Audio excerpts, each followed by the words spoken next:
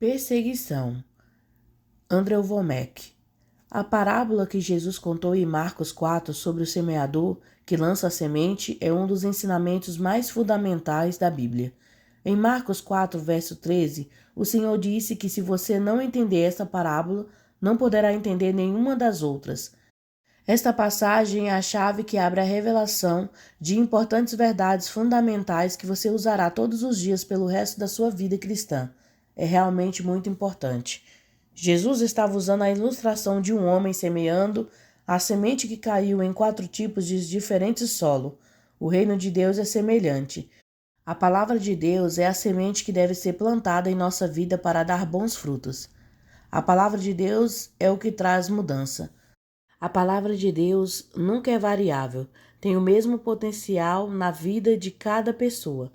O que faz o verbo produzir diferentemente não é a semente em si, mas sim o tipo de solo em que ela se encontra. Esta parábola ilustra 4 tipos diferentes de corações. A palavra de Deus tem o mesmo potencial para produzir na vida de cada pessoa, mas a diferença na fecundidade está relacionada com a forma como respondemos à palavra. Esta parábola revela que há realmente apenas um tipo de resposta que permitirá à semente da palavra de Deus produzir plenamente o seu fruto. Subtítulo: Sem pequena agitação. Continuemos olhando para o segundo tipo de pessoa que ouve a palavra. A estes são também os que são semeados em terreno pedregoso, que, tendo ouvido a palavra, imediatamente a recebem com alegria, e não têm raiz em si mesmos, e assim perseverarem, mas por um tempo, depois, quando surge aflição ou perseguição por causa da palavra, imediatamente eles ficam ofendidos. Marcos 4, verso 16 e 17. Quando o Senhor me mostrou esta passagem nas Escrituras e ela realmente começou a ter um grande impacto na minha vida. Eu ainda estava em uma igreja denominacional que era contra tudo em que eu acreditava.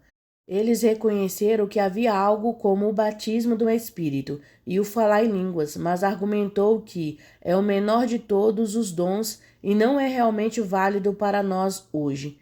Eles não enfatizaram essas verdades e certamente não enfatizaram a justiça e a graça. Eu estava em uma situação em que a palavra de Deus que eu ouvia era constantemente perseguida. Meu bom amigo Joey, que teve um enorme impacto em minha vida, serviu certa vez como ministro associado do Kenneth Copeland. Ele até viajou com ele por um tempo. Eu costumava assistir às reuniões de Kenneth em Fort Worth, Texas, quando ele alugava o auditório Will Rogers. Esse local poderia acomodar até 3.500 pessoas. Lembro-me de Kenneth confessando e agradecendo a Deus por aquele lugar estar lotado quando ele só tinha 200 de nós sentados na frente. Eu estava tão inexperiente em minha fé e sem entendimento da palavra que não percebi que ele estava expressando a sua fé. Achei que ele sabia de algo que eu não sabia e que talvez houvesse alguns ônibus a caminho ou algo assim. Eu não sabia muito na época, mas iria até lá e ouviria Kenneth Copeland falar a palavra de Deus a respeito da justiça. Isso me deixava tão entusiasmado que eu voltava para essa pequena igreja denominacional e pregava exatamente as mesmas coisas que tinha ouvido. Isso estava causando grande agitação. As pessoas estavam sendo curadas, libertadas e coisas boas estavam acontecendo, mas a liderança da igreja era contra o que eu fazia. Eles pensavam que era impreciso em comparação com a sua interpretação nas escrituras. Então, por causa disso, eles me criticaram. Subtítulo: Observe que isso é exatamente o que Marcos 4, verso 17 está dizendo. O terreno pedregoso possui, não tem raiz em si mesmo, e assim duram apenas por um tempo. Depois, quando surge aflição ou perseguição por causa da palavra, imediatamente ficam ofendidos. Isso descreve pessoas que ficaram entusiasmadas com a palavra quando a ouviram e que agiram de acordo com ela até certo ponto, mas não tinham raízes em si mesmos. Quando começaram a surgir aflições, perseguições e críticas contra a palavra, eles ficaram ofendidos. A palavra ofendidos aqui não significa que eles deixaram de crer ou renunciaram à palavra. Não renunciei ao fato de que Deus ainda cura hoje, de que o batismo no Espírito Santo e o falar em línguas são válidos e de que os milagres eram de Deus. Eu ainda acreditava nessas verdades, mas fiquei ofendido, o que significa que perdi o entusiasmo meu por essas verdades. O fogo que eu tinha por essas verdades esfriaram por causa das críticas que eu estava recebendo. Você precisa reconhecer que Satanás não precisa obrigar você a rejeitar totalmente a palavra de Deus na qual você está crendo. Se ele conseguir levá-lo a um ponto em que você é cauteloso e tem medo de falar, onde você está magoado e ofendido e agora não está entusiasmado como costumava ser, então ele conseguiu. Se o diabo conseguir colocar você nesse estado, ele poderá impedir que a palavra de Deus atue em sua vida. Este é exatamente o lugar onde eu estava quando o Senhor me mostrou essa verdade. Eu ouvia Kenneth Copeland falar, ficava todo entusiasmado com a palavra que tinha ouvido e depois voltava a pregar verdades como justiça, fé e graça naquela igreja denominacional. Por uma semana ou duas seria realmente poderoso. Então eu receberia tantas críticas que eu me tornaria introspectivo. Eu ainda acreditava nas mesmas verdades e tentava dizê-las e ensiná-las nas aulas que estava liderando, mas simplesmente não estava obtendo nenhum resultado como antes. Não havia nenhum fruto vindo da palavra. Subtítulo: Não é sua revelação. Isso acontecia com tanta frequência que comecei a reconhecer o ciclo. Eu ouviria Kenneth Copeland falar e ficaria bem por 1 ou 2 semanas. Então, eu chegaria onde estava tentando dizer e fazer as mesmas coisas que testemunhei sobre Kenneth Copeland, mas simplesmente não estava obtendo resultados. Então, eu teria que voltar e pegar minha próxima dose de Kenneth Copeland. Isso aconteceu na forma constante.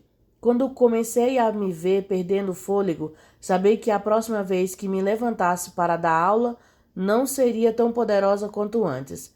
Cheguei onde esperava esse ciclo. Eu não entendia por que isso estava acontecendo, mas vi isso acontecer tantas vezes que pude reconhecer que estava chegando. Enquanto eu estudava este versículo das Escrituras, o Senhor falou com o meu coração e disse: o problema é que as verdades que você está dizendo não são sua revelação. Elas são de Kenneth Copeland. Você está simplesmente dizendo coisas que você ouviu alguém dizer. Antes de Deus falar isso comigo, eu me levantava e ensinava dizendo: eu ouvi esse homem Kenneth Copeland dizer, e eu citava. Eu falava sobre o que ele ensinava usando seus exemplos, suas ilustrações e suas piadas. As pessoas estavam sendo abençoadas porque eu estava compartilhando a verdade. Simplesmente não era a minha verdade. Quando o Senhor me mostrou isso, uma luz ligada dentro de mim, percebi que era por isso que eu não era capaz de manter o equilíbrio. Era por isso que eu ficava de altos e baixos, às vezes animado com a palavra e outras vezes me perguntando: o que está acontecendo? Foi porque eu não tinha raízes em mim mesmo. E essa revelação era de outra pessoa. Foi uma revelação, mas não foi minha. Lembro-me da noite de sábado em que o Senhor mostrou isso a Jamie e eu. Discuti o assunto com ela e decidi e declarei: de agora em diante não vou dizer fulano de tal disse, ou citar outra pessoa e contar às pessoas qual é a sua revelação. Na verdade, você pode assistir meu programa de televisão, ouça pelo rádio ou leia meus livros, mas essa é a primeira vez que você me ouve ou vê mencionar alguém como Kenneth Copeland dessa forma. Na verdade, estou falando dele apenas como testemunho. Isso porque evitei totalmente citar o que outra pessoa tinha a dizer.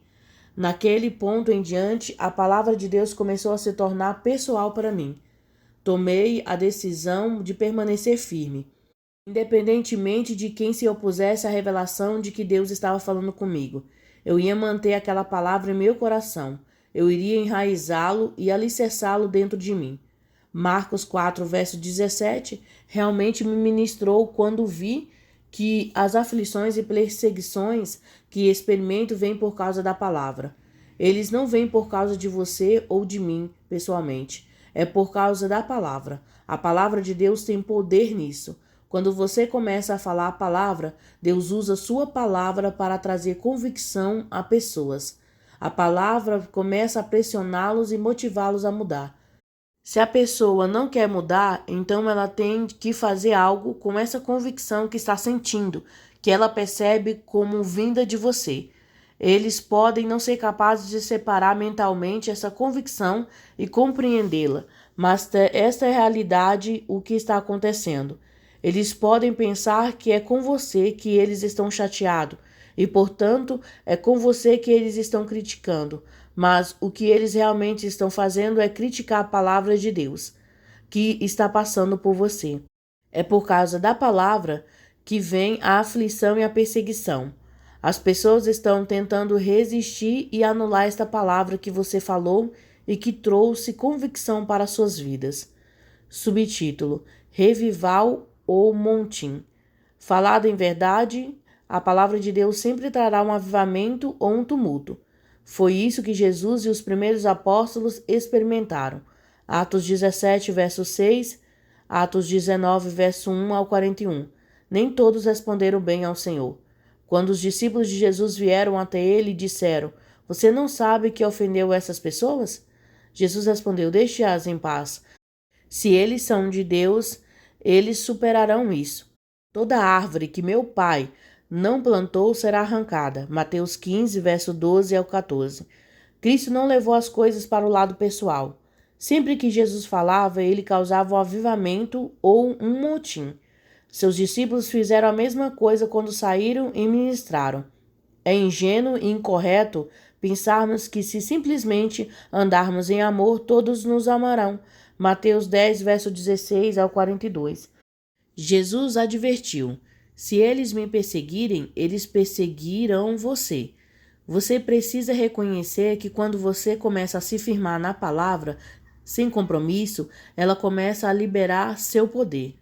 Quando você começa a declarar: Isto é o que a palavra de Deus diz, e é nisso que estou crendo agora, eu não me importo se isso vai contra a nossa tradição ou a forma como as pessoas têm feito as coisas. Isto é o que a palavra de Deus diz. A palavra de Deus começará a impressionar as pessoas.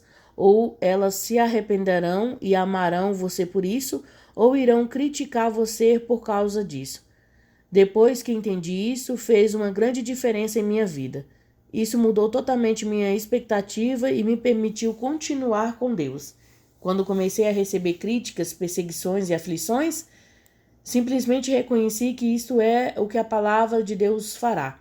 A palavra de Deus dividirá e separará as pessoas. Mateus 10, verso 34 ao 36. Subtítulo: Permaneça na faixa. Esse mesmo amigo meu, Joey, realmente me ajudou a começar no ministério. Ele teve uma influência muito poderosa em minha vida. Lembro-me de ter participado de uma de suas reuniões em um hotel, onde ele me chamou na frente de todos os presentes. Joey me deu uma profecia que me ajuda até hoje, dizendo: Vejo você como um corredor em uma pista. Você está correndo nessa pista e liderando o pelotão. Você está participando da corrida e fazendo um bom trabalho. Mas as pessoas nas arquibancadas estão gritando com você. Eles estão dizendo que você está fazendo tudo errado. Eles estão dizendo que você deveria não estar fazendo isso e fazendo aquilo. Vejo você saindo da pista, correndo para as arquibancadas e discutindo com os espectadores. Mesmo se você vencer a discussão, perderá a corrida. Permaneça na faixa. Volte para a corrida e esqueça as arquibancadas. Quando o Senhor falou isso através de Joey, foi muito descritivo de onde eu estava naquele momento. Desde então, essa tem sido uma palavra que me mantém no caminho certo por quase 40 anos. Não tenho certeza se faço tudo perfeitamente. Ainda estou verde e crescendo. Posso estar melhor daqui a 5 ou 10 anos, se o Senhor demorar, mas a razão pela qual ainda estou correndo a corrida é por causa das escrituras e palavras como essas que Joey me falou, onde Deus me mostrou para não permitir que as críticas de outras pessoas roubem a palavra do meu coração. Se eu ficar ofendido e começar a ficar com vergonha de falar a verdade por causa do que as pessoas têm a dizer, a palavra de Deus deixará de atuar e produzir em minha vida. Tomei a decisão há quase 40 anos de que não deixaria isso acontecer. Tenho tentado ser ousado e deixado que a palavra de Deus me governe e me domine, em vez das opiniões dos homens. Agora se tornou um hábito e um estilo de vida para mim. Sou assim por causa das escrituras que criaram raízes e cresceram em minha vida. Posso não estar fazendo tudo perfeitamente, mas estou caminhando na direção certa por causa da minha convicção na palavra de Deus.